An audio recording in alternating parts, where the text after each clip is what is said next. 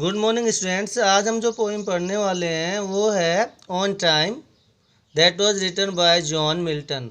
तो first of all हम John Milton के बारे में जानते हैं। जॉन मिल्टन जो थे, जो उन्होंने अपनी पोइट्री की स्टार्ट जो की थी लिखना, वो केवल 10 साल की उम्र से कर दिया था। पता है उनके साथ क्या हुआ था कि वो ज़्यादा लेट नाइट पढ़ते थे, और उस लेट नाइट पढ़ने की वजह से क्या हुआ था उनको कि उनकी आंखें जो थी, उनकी आईसाइट चली गई थी, टोटली ब्लाइंड हो गए थे। तो जैसे कि हमने देखा, from years of late night reading caused him to become totally blind out at the age of 45। और उसके बाद उन्होंने अपने जो लास्ट के जो टाइम था उसमें उन्होंने पोएम लिखी उनकी, जो कि बहुत ही फेमस हुई थी, paradise lost and paradise regained. तो यहाँ पर हम जो पोएम पढ़ने वाले हैं ऑन टाइम, उस पोएम में कवि हमें बता रहे हैं कि हम हमारी इस पृथ्वी पर लगातार जो जीवन जी रहे हैं, इसमें बहुत सारे चेंजेज आते हैं, बहुत सारी चीज़ें यहाँ पे डिके हो जाती हैं। और इस कविता में वो मेनली इस बात को कह रहे हैं कि ये संसार जो है, या इस पागल संसार में किस तरह जी सकते हैं, यहाँ लोगों के जीवन पर समय का कितना इम्पैक्ट होता है। और कवि जो है यहाँ पे जोर दे के कहता है कि मानव समय विनाश से स्वर्ग में अमर जीवन प्राप्त कर बच सकता है और एक पवित्र जीवन जी सकता है। इस प्रकार से कवि के धार्मिक विचार यहाँ पे बहुत ही रिमार्केबल हैं, जो उन्होंने इस पोएम में दिए हैं। और जैसे कि जॉन मिल्टन की हम बात कर रहे थे, तो जॉन मिल्टन का जन्म जो था वो हुआ था 9 दिसंबर 1608 को, और इनकी डेथ जो है वो हुई थी 8 नवंबर 1674 को। और इन्होंने जो पैराडाइज लॉस्ट जो लिखी थी, जो कि बेस्ट वेल नोन इनकी जो पोइम है, वो 1667 में लिखी थी। और इसको एक ग्रेट या ग्रेटेस्ट एपिक के रूप में भी जाना जाता है। और इनके बारे में अगर हम बात करें तो इन्होंने जो पोइम्स लिखी हैं उनमें मेटाफिजिकल जो पोइट्री है, इन्होंने कुछ वैसा ही यहाँ पे हमें करके दिया है। ठीक है, अभी स्टार्ट करते हैं। Fly in vast time, fly in vast time till thou run out thy race. Call on the lazy laden stepping hours, whose speed is but the heavy plummet's pace, and glut thyself with what thy womb devours. तो यहाँ पे देखिए जो words हैं उनको देख लीजिए पहले। इनवाइस या इन्वियस, इन्वियस होता है एक प्रकार से दूसरों के पास जो चीज़ होती है हम उसको लेना चाहते हैं, यानी ईर्ष्या करना, किसी से जलना। लेजी आलसी, राइट। रन आउट समाप्त होना, रन आउट मीन्स क्या होता है, समाप्त होना। कॉल ऑन, ये फ्रेजल वर्ब है, जरूर ध्यान रखिएगा, मिलने जाना। लेडन बोझिल भारी, आवर्स समय। प्लमेट स्पेस, प्लमेट स्पेस होता है घड़ी की गति। Glut thyself with what thy womb मैंने पेट, गर्भ। डिवर्शन होता है गटकना, निगलना। और ग्लट मीन्स होता है जो कि more of something than it is needed या रिक्वायर्ड, आवश्यकता से अधिक कोई चीज़ का होना कहलाता है ग्लट। ठीक है, तो इसके जो हार्ड वर्ड्स थे वो हो गए। अब देखिए, फ्लाई इनवर्स टाइम, कि फ्लाई इनवेस्ट टाइम, कि अरे फ्लाई भाग जा, उड़ जा। इनवेस्ट यानी ईर्ष्यालु, टाइम यानी समय, कि अरे ईर्ष्यालु समय, भाग जाओ यहाँ से। Till thou run out of the thy race. देखिए ये वही दाऊ और दाई, ये जो आपके वर्ड हैं ये पुरानी इंग्लिश में यू के लिए चला करते थे।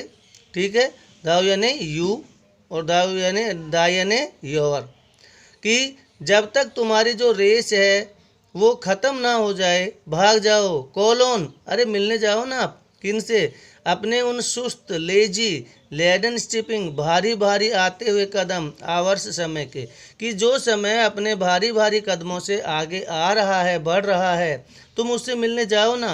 अपने जो रेस है उसको समाप्त करो ना, तुम भाग जाओ यहाँ से। Whose speed is but the heavy plummet's pace, लेकिन जो ये इनकी घड़ी की जो गति है, जो भारी भारी कदमों से आ रही है, वो जो गति है वो तेज है, एंड ग्लट दाई सेल्फ, और अपने आप को ग्लट करो। ग्लट है ना जो आवश्यकता से अधिक आपने आपके पास तुमने रखा है ना। व्हाट इज दाई, जो तुम्हारा वोम पेट डिवर्स निगलता है, कि जो आवश्यकता से अधिक तुम्हारे पेट ने निगल लिया है, खा लिया है, उससे उसके साथ साथ आप भी यहाँ से चलो ना। तो यानी हम ये कह सकते हैं कि यहाँ पे जो पोइट है वो कह रहे हैं कि जो समय होता है उसमें घंटे और दिनों की अवधि बहुत ही भारी भारी अपने कदमों से धीरे धीरे चलकर आती है, परंतु आने के बाद उसके समाप्त होने का पता ही नहीं चलता। और इसने कहा कि तुम अपने पेट में अत्यधिक तेज गति से उससे कहीं अधिक समाहित कर लेते हो, भर लेते हो, जितनी जगह तुम्हारे पास है भी नहीं। इसलिए कवि कहते हैं शुरू से कि यरसालू समय चले जाओ यहाँ से, और उस समय तक जब तक कि तुम चलते रहते हो तुम्हारी दौड़ समाप्त नहीं होती है। तुम जाओ और जाकर अपने उन सुस्त और भारी भारी चलते हुए घंटों में जाकर क्यों नहीं मिल लेते हो। तो यहाँ पर हमने पहले स्टेंज हम पढ़ा कि कवि जो हमारे जो समय है जो कि हमारे लिए एक बोझ बन गया है, उससे कहता है कि प्लीज़ आप हमें छोड़ करके चले जाओ। उसके आगे है which is no more than what is false and vain, and merely mortal dross, so little is our loss, so little is thy gain। तो यहाँ पर जो वर्ड्स हैं उनको देखिए पहले। मॉर्टल नश्वर, ड्रॉस, ड्रॉस मीन्स क्या होता है, रबिश कचरा, फॉल्स झूठा असत्य, वेन व्यर्थ बेकार, गेन अचीवमेंट्स, ठीक है उपलब्धियां।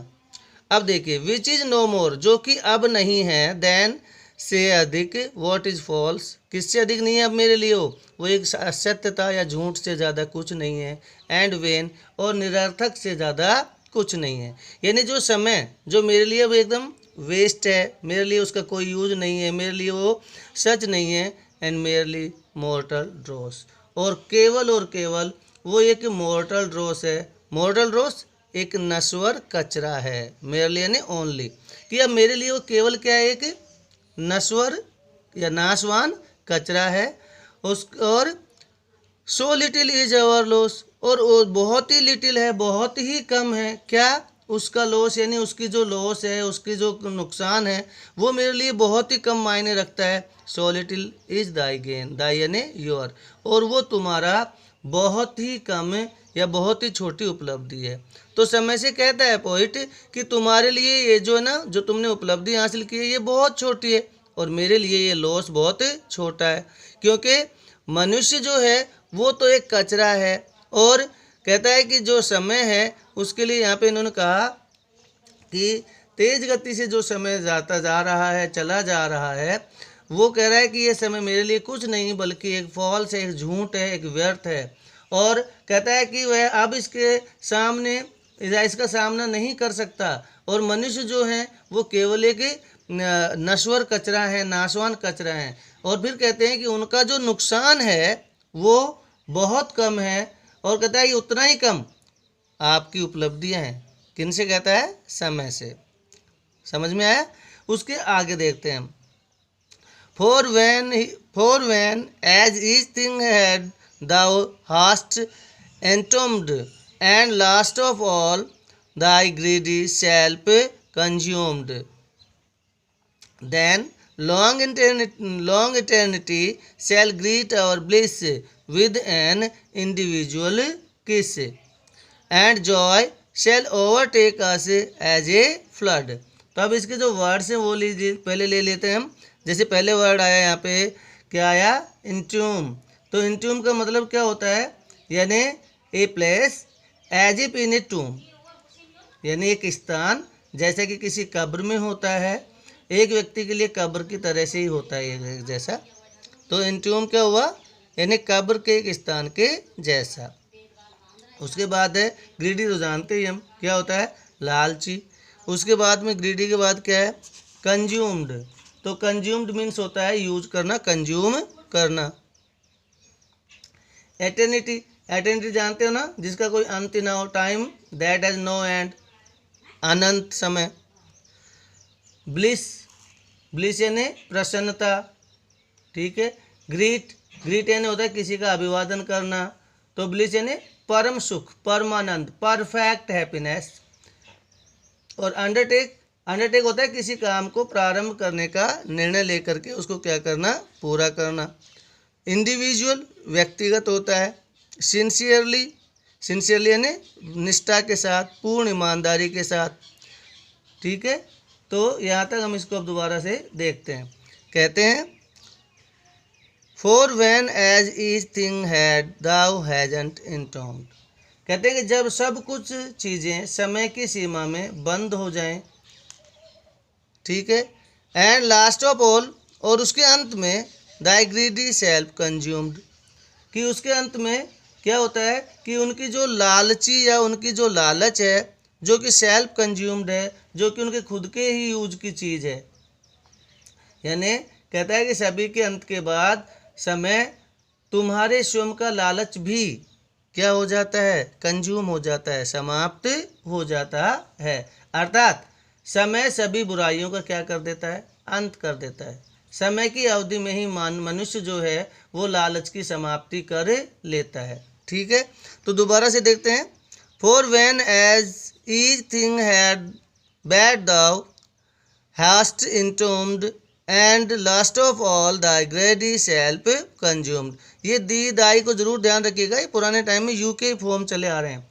तो इनका क्या मीनिंग हुआ, for when as each thing, कहते हैं कि जब सब कुछ समय की सीमा में बंद हो जाता है या पूरा हो जाता है, सब चीज़ें जो गंदी हैं, बुरी भी हैं, समय की कब्र में बंद हैं, और इनके साथ साथ सभी के अंदर या सभी के अंत के बाद तुम्हारे स्वयं का लालच भी समाप्त हो जाता है। बैड दाउ हैजंट इनडोम्ड, बुरी चीज़ें जो हो चुकी हैं कब्र में बंद। एंड लास्ट, और अंत में, ऑफ ऑल, इन सब के अंत में ये है कि हे समय तुम्हारी जो लालच है वो भी सेल्फ स्वयं में की लालच कंज्यूम्ड हो गई है, समाप्त हो गई है। देन लॉन्ग इंटर्निटी शैल ग्रीट अवर ब्लिस, कहते हैं उसके बाद जो लंबी जो अनंतता है वो हमारी ब्लिस यानी परमानंद का ग्रीट करेगी, अभिवादन करेगी, यानी स्वागत करेगी। कौन स्वागत करेगी, इंटर्निटी विद एन इंडिविजुअल किस, एक व्यक्तिगत किस के साथ, यानी एक व्यक्तिगत परम स्पर्श के साथ। ठीक है, तो यहाँ पे क्या कहा उन्होंने, कहता है कि लंबे या बहुत अनंत काल तक हम परम सुख की प्राप्ति कर उसका अभिवादन कर पाते हैं। And joy shall overtake us as a flood, और जो जॉय है और जो ये हमारी खुशी है, सुख है, उसके पश्चात हमें एक ग्रेट हैप्पीनेस जो है उसका आभास करवा देता है। जॉय आनंद, ओवरटेक जो हम स्टार्ट करेंगे या जो हमारे लिए स्टार्ट करेगा, एज ए फ्लड वो एक बाढ़ की तरह से आगे बढ़ेगा, अर्थात वो एक बहुत बड़े स्तर पर हमारे लिए प्रसन्नता जो है वो कार्य करना शुरू कर देगी।